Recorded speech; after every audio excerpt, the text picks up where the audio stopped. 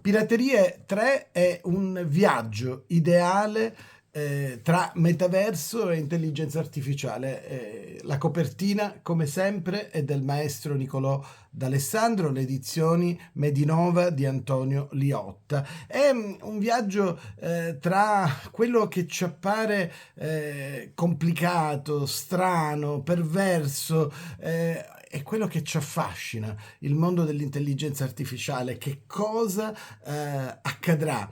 Chi potrà prendere il posto dell'uomo? Davvero riusciranno i robot a sostituirci? E poi come faremo a controllare l'intelligenza artificiale? Quanto sarà violata la nostra privacy?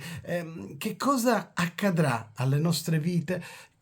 Proviamo a raccontarlo con delle microanalisi sociologiche, partendo da fatti di cronaca, partendo da cose che accadono sul web.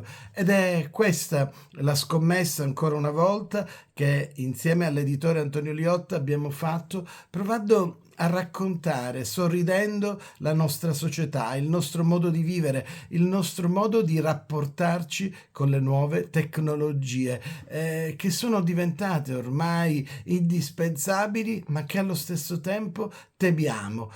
Non possiamo farne a meno, però abbiamo paura. Ed è questo il rapporto controverso che Pirateria affronta, e Pirateria 3 è davvero un viaggio che non potete perdere. Proviamo a farlo insieme. Buona lettura.